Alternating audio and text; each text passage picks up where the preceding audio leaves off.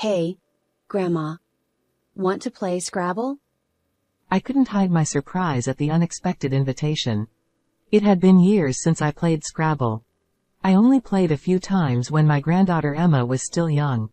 Would she still want to play as a high school student? Emma looked at me with a worried expression. When I agreed to Emma's invitation, her expression softened slightly. After setting up the board, Emma picked up the tiles. How about we don't pick randomly at first and instead choose our favorite letters? Perhaps she considered my age.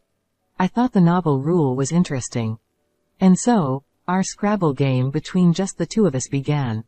We took turns creating words. When each of us had 4 words, Emma stopped picking tiles. Curious, I looked at Emma's face. Emma stared at the remaining tiles with a serious expression. Then, she pointed to each tile, one by one. As if she were trying to tell me something. S-O-L-D. At first, I didn't understand, but when I noticed Emma looking alternately at the cards and her mother Amy, my blood ran cold. Sold. A few days later, at 5 p.m. My eyes were dazzled by the sparkling signs. It was the place Emma had secretly told me about via email. Sorry, Mom. Looks like I won't be able to make it back there again this year. I sighed at the phone call from my son, John. It was the 6th summer since John and my granddaughter Emma left this house. I wonder how long it's been since I've seen Emma's face. We've been in touch through phone calls and emails, but even those communications have been dwindling this year. Well, everyone's busy, it can't be helped. I put on a cheerful voice, trying not to show my loneliness. John kept apologizing until the end, then hung up, seeming apologetic. Looking around, the house felt strangely spacious, even though it was the same as always. I felt like my emotions were about to overwhelm me. Before that happened, I stood up and started preparing to go shopping. I'm Nancy, 65 years old. I lost my husband early on, and my only son John lived far away with his family. We used to live together with my son's family. It was John, his wife Sarah, and our granddaughter Emma living together as a family of 4. I must say, our relationship as mother-in-law and daughter-in-law was smooth. Sarah was always cheerful and bright, the kind of person who could make anyone smile. When we went shopping together, we were often mistaken for real mother and daughter because we got along so well. If it weren't for that unfortunate accident, we would still be happily living together as a family of 4. To leave this world so easily, leaving behind little Emma at just 3 years old. What a cruel. Our home lost its light after losing Sarah, becoming quiet. But, we couldn't let Emma feel lonely. John and I decided to push our loneliness aside and make sure Emma was happy. A few years later, John suddenly announced that he was getting remarried. He said he was dating someone he met through work, with marriage in mind. Apparently, the woman knew about Emma, but I wondered how Emma felt about it. At the time, Emma was 10 years old. She was old enough to understand that her father was remarrying and that the new woman wouldn't be related to her by blood. Because I prioritized Emma's feelings, I had intended to ask John to give up remarriage if Emma objected. After conveying my feelings clearly, John brought his fiancée, Amy, home. Like Sarah, she was also a cheerful person. She talked to Emma and me without any hesitation, even though we were meeting for the first time. Emma, who was usually shy, was drawn into the conversation and seemed to enjoy it. After Amy left, I asked Emma for her honest opinion. If she becomes my mom, it seems like it'll be fun. She said with a big smile, and I felt a wave of loneliness wash over me. But if Emma would be happy, I decided to support John's remarriage. Just then, John's transfer was decided, and they had to leave this house. On a moving day, Emma told me something. Grandma, even though we'll be apart, I'll make sure to keep in touch so you won't feel lonely. It seemed like Emma, who had always been with me, could see right through my loneliness. But I wouldn't worry an elementary school-aged granddaughter. I forced a smile and waved goodbye to Emma. Living alone was lonelier than I had imagined, but I tried my best not to contact them too much, thinking of Emma. When I realized I couldn't see Emma or John, memories flooded back one after another. Being immersed in memories only made the loneliness worse. I had to keep the overflowing loneliness in check, so I finished my shopping. On my way back, I locked eyes with a kitten. Perhaps it was a stray cat. Thinking that its mother must be nearby anyway, I continued walking without paying much attention, but the kitten followed me while meowing. "You should go home soon too. Your mother is waiting for you." I glanced back and spoke as I kept walking, but the kitten ended up following me to my house. In the sweltering heat, the kitten looked up at me with watery eyes. I couldn't escape that gaze. The days I spent alone suddenly changed thanks to the arrival of the kitten. Strangely, the cat didn't run away and seemed to relax as if it had been living with me for a long time. As summer came to an end and the sound of insects filled the air, I found myself unable to part from the kitten. Watching its adorable figure, I couldn't help but think of Emma when she was still small. And then, I started to worry when I didn't receive a reply to the email I sent to Emma the other day. Until she entered high school, Emma and I used to exchange personal emails and phone calls, but recently, the lack of response has been increasing. I thought maybe entering high school had changed her routine, but somehow, I had a feeling of unease. I tried calling her directly, but the ringing tone echoed emptily. I considered contacting John. But then I remembered he mentioned he was going on a business trip overseas in our last phone call. I couldn't unnecessarily worry him, and I didn't want to inconvenience Amy by calling their home. What should I do? I muttered softly to myself, and the kitten reacted.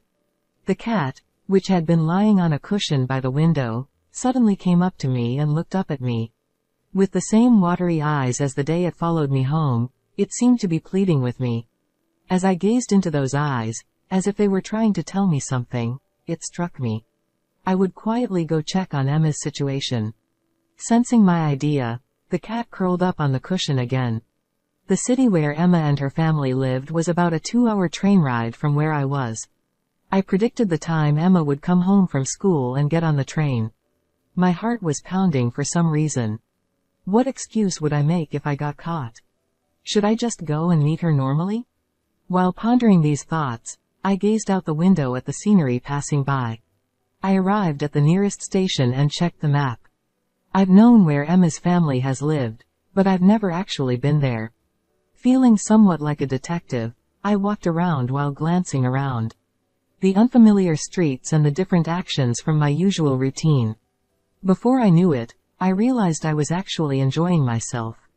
I was supposed to have come to check on Emma out of concern. Tightening my resolve, I eventually reached the house where Emma and her family has lived. I passed by the house once and stopped at the nearest corner.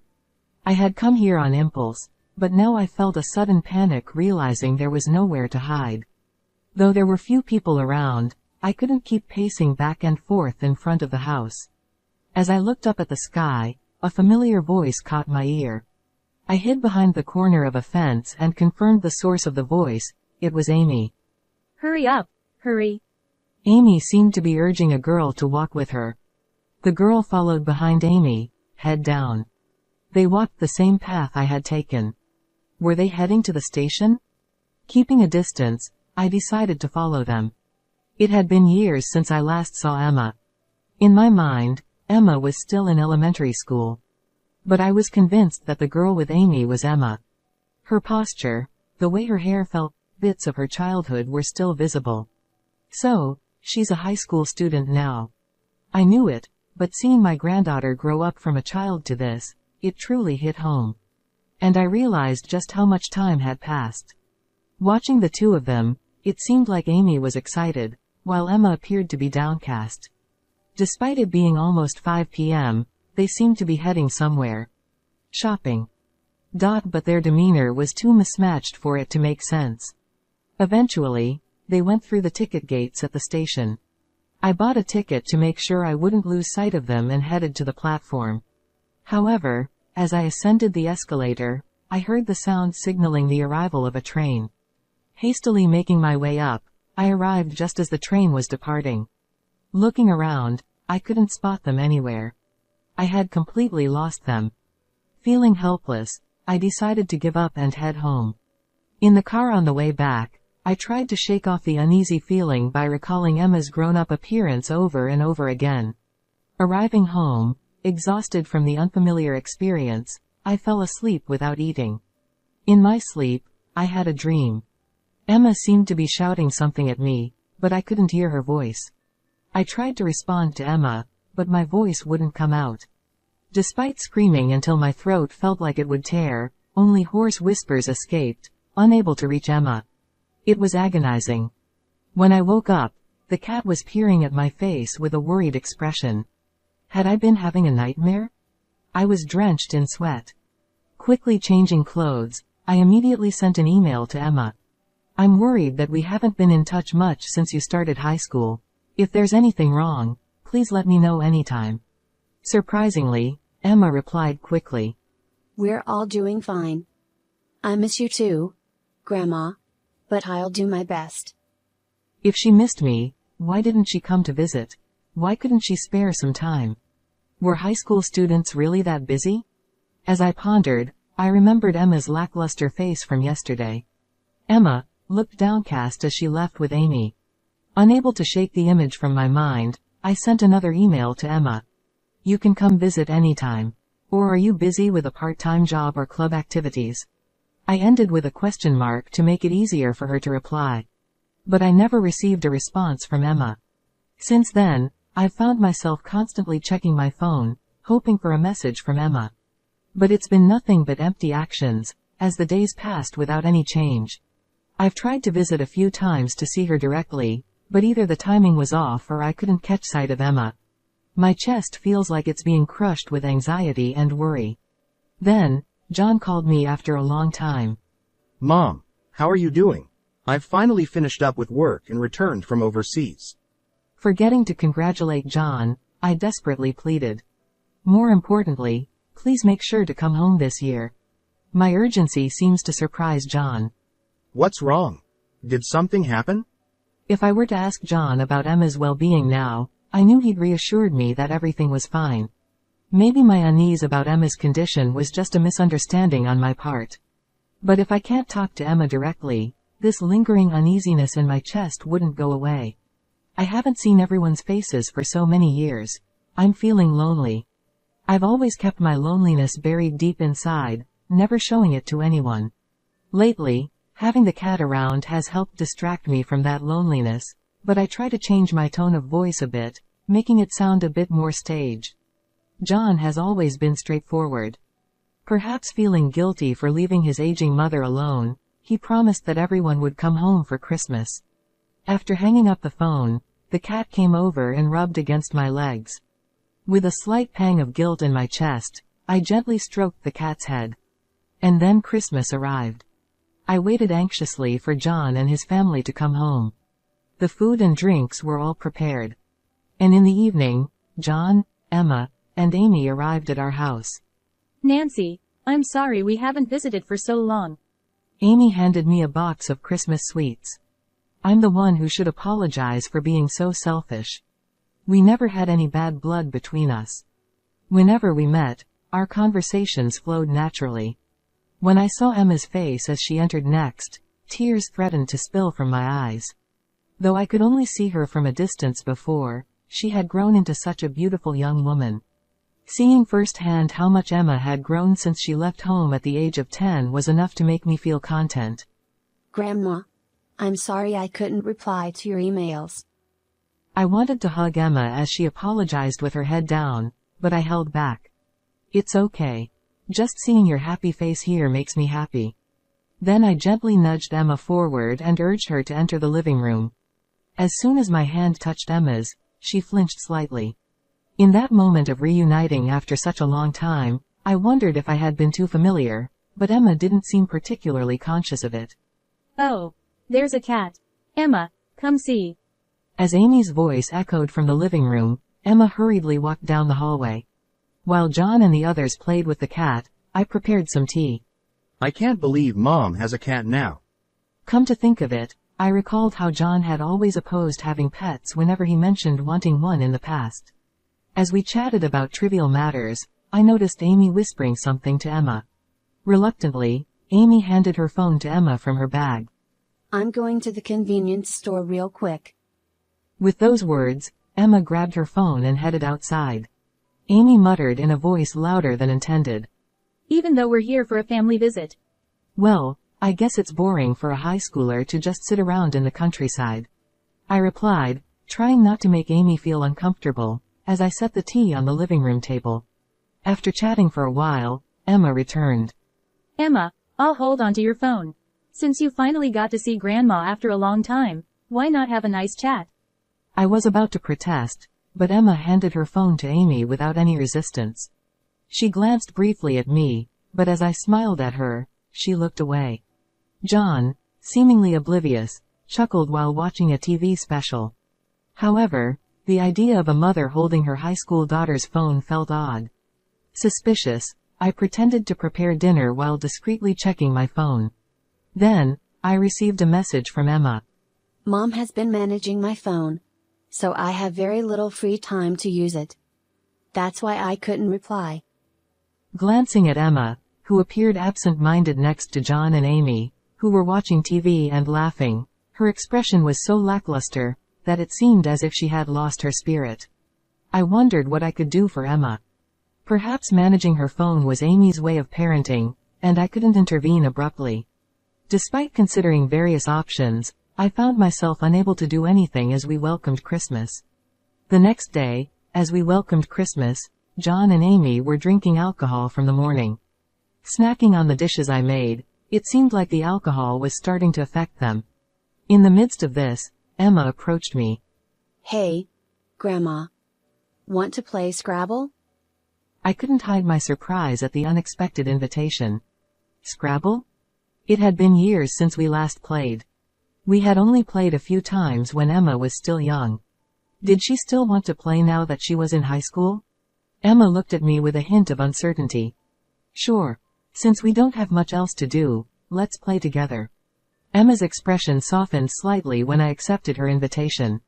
There should be Scrabble somewhere we used in the past. I retrieved it from the closet, and we both laughed. This brings back memories. After setting up the board, Emma picked up the tiles.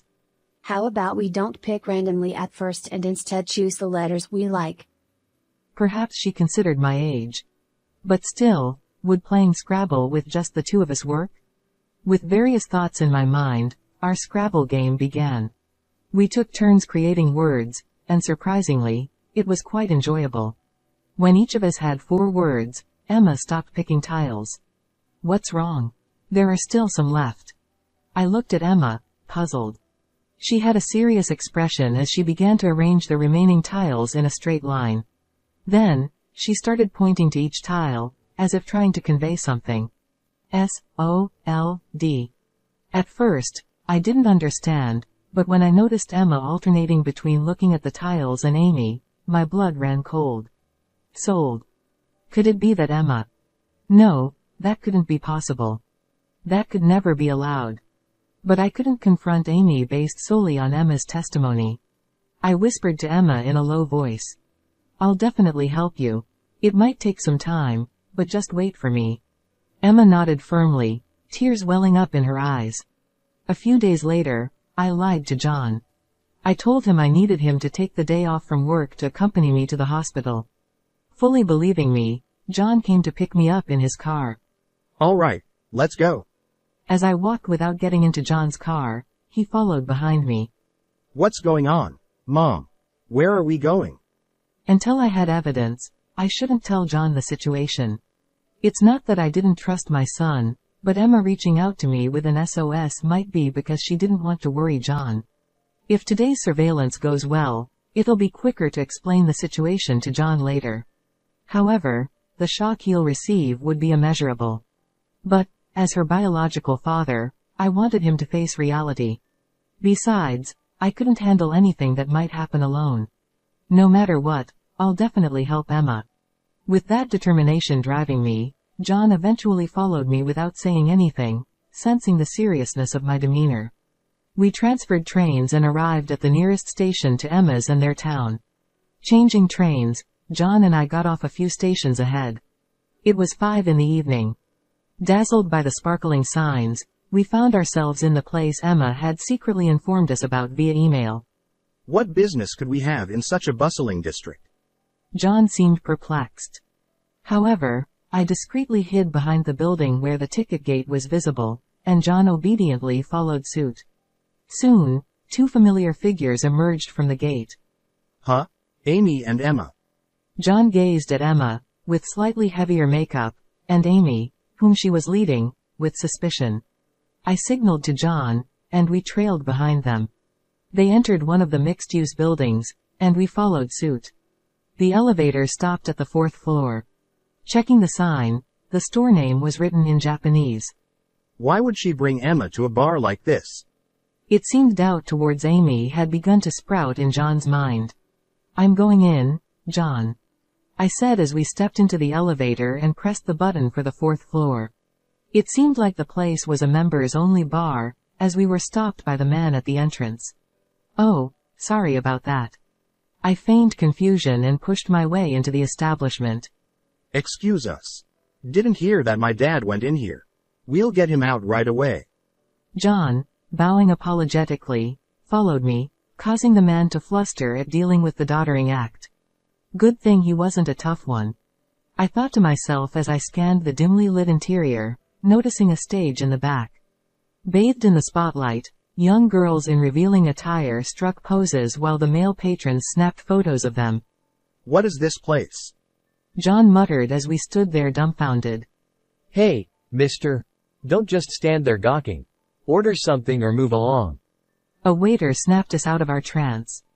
The waiter approached, and I was startled. Excuse me. It seems my husband is here. Sorry, she's just a little forgetful. We'll be leaving soon. As we exchanged those words, the lighting and the music in the room changed. When I looked back at the stage, I saw a familiar girl this time.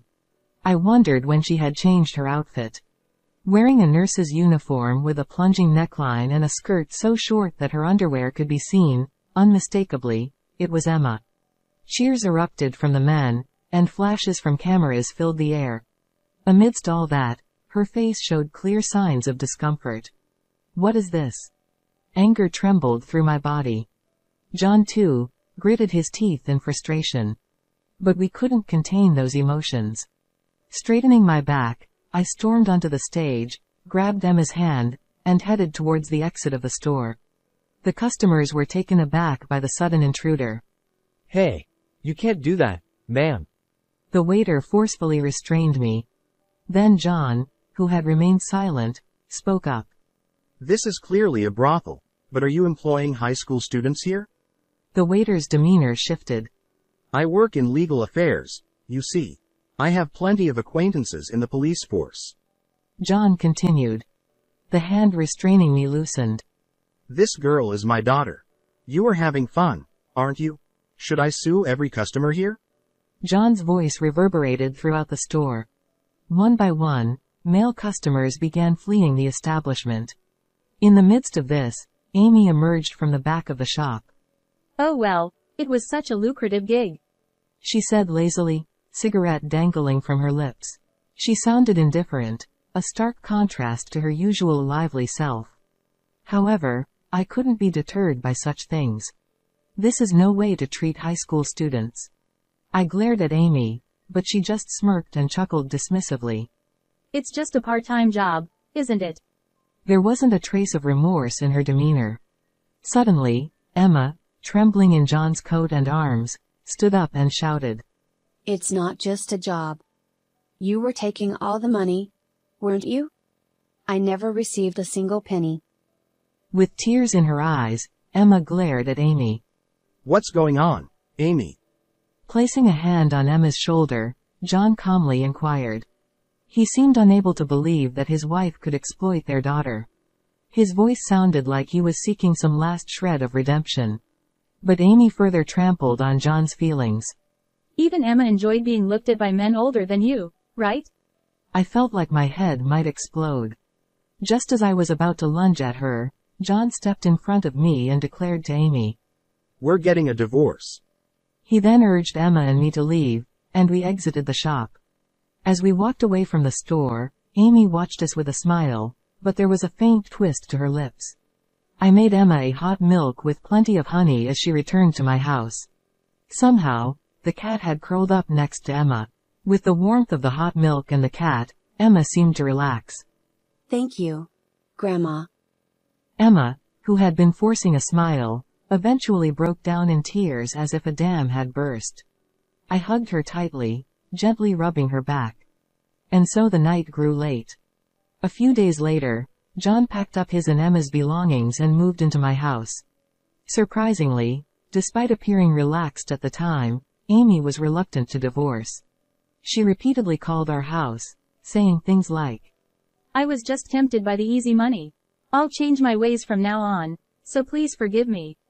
Appealing to me and John, but she never apologized to Emma. Most likely, she was being manipulated by the owner of that establishment. Neither John nor I paid her any attention. Eventually, through a lawyer acquaintance of John's, their divorce was finalized. It seems Amy had been arranging other girls besides Emma at that brothel. She's facing charges not just from us but also from other girls and their parents for coercion into unsuitable work for high school girls. All of this is what we heard from the lawyer. More than anything else, I'm concerned about Emma's emotional wounds. Though her expressions had become more varied over time, I wondered if she was truly okay. One evening, as usual, Emma came home from school and brought out Scrabble. Just like before, she wanted to play Scrabble together. Perhaps she had something else she wanted to communicate.